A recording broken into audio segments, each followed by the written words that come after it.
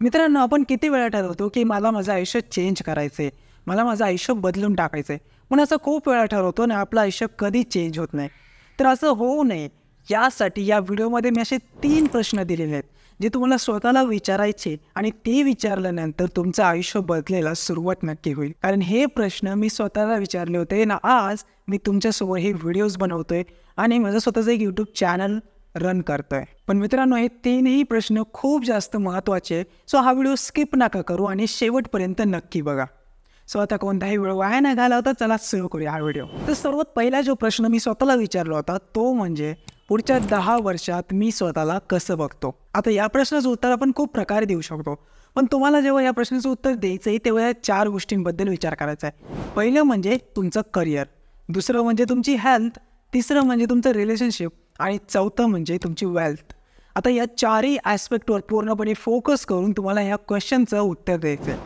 जसं for example, मी ठरवलं होतं की पुढच्या येणाऱ्या 10 वर्षांनंतर मी एक असा मुलगा असेल ज्याच्याकडे पैशांची कधीच कमी नसेल, जो की फायनान्शियली फ्री असेल. त्यानंतर रिलेशनशिपच्या बाबतीत जर ठरवलं तर पुढच्या येणाऱ्या 10 वर्षात माझे रिलेशनशिप्स खूप चांगले असतील आणि असे लोक माझ्या लाईफमध्ये असतील जे की खरंच ॲक्च्युली माझं चांगलं बघता. तर अशा प्रकारे बाकीचे उरलेले 2 ॲस्पेक्ट्समध्ये सुद्धा तुम्ही बघू शकता. हेल्थमध्ये तुम्ही बघू शकता की हेल्थ तुमची कशी असेल, असं लिहून काढा. आणि हे फक्त विचार नाही करायचं, हे लिहून काढायचं. एक पेपर पेन घ्या.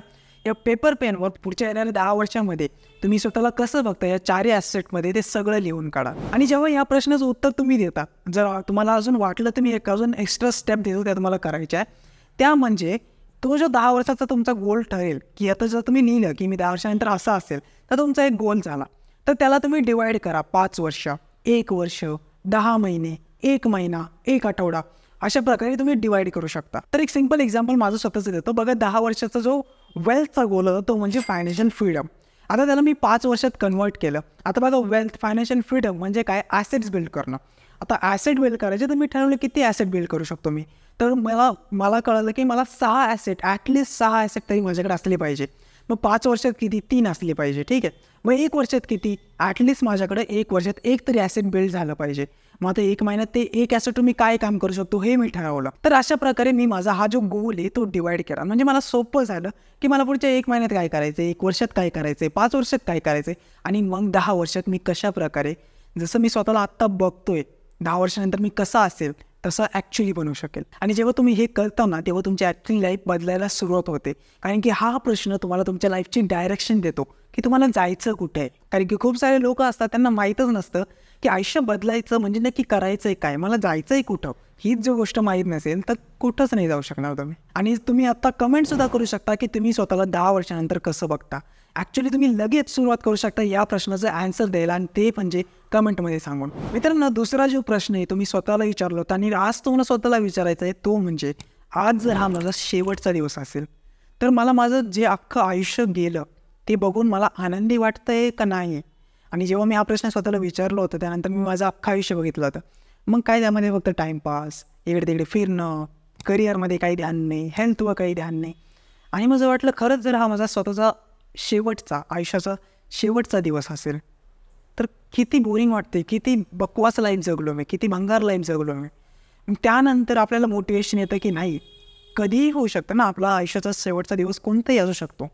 पण त्यावेळेस जर आपण आपली पूर्ण लाईफ बघतोय जी आपण जगलो, जर ती बघून आपल्याला प्राऊड नसेल वाटत तर मग काय उपयोग आहे आयुष्याचा. सो जेव्हा हा प्रश्न तुम्ही स्वतःला विचारता, तुम्हाला एकतर तुम्हाला कळतं की तुम्ही जे केलं ते चुकीचं केलं, आणि त्यानंतर तुम्हाला थोडंसं मोटिवेशन भेटतं, इन्स्पिरेशन भेटतं की काहीतरी करून दाखवायचं. आणि मित्रांनो, शेवटचा आणि तिसरा जो प्रश्न आहे तो म्हणजे, मी रोज दिवसभर काय काय करतो. बघा, हा प्रश्न जेव्हा आपण स्वतःला विचारतो आपण स्वतःबद्दल अवेअर होतो.